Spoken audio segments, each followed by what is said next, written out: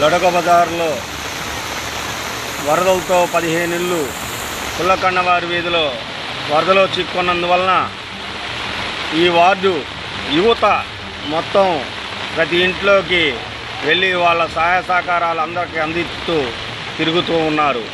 వారి సామాన్లు ఏమైనా ఇబ్బందిగా ఉంటే అవన్నీ సహాయపడుతున్నారు. మీ అందరికీ మధిర పట్టణ ప్రజలకు తెలియజేస్తున్నాను.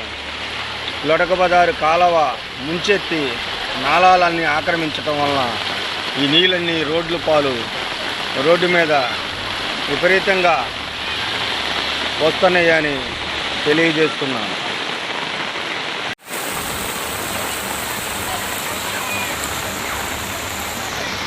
లొడక బజార్లో వరదలతో 15 ఇళ్ళు పుల్లకన్నవారి వీధిలో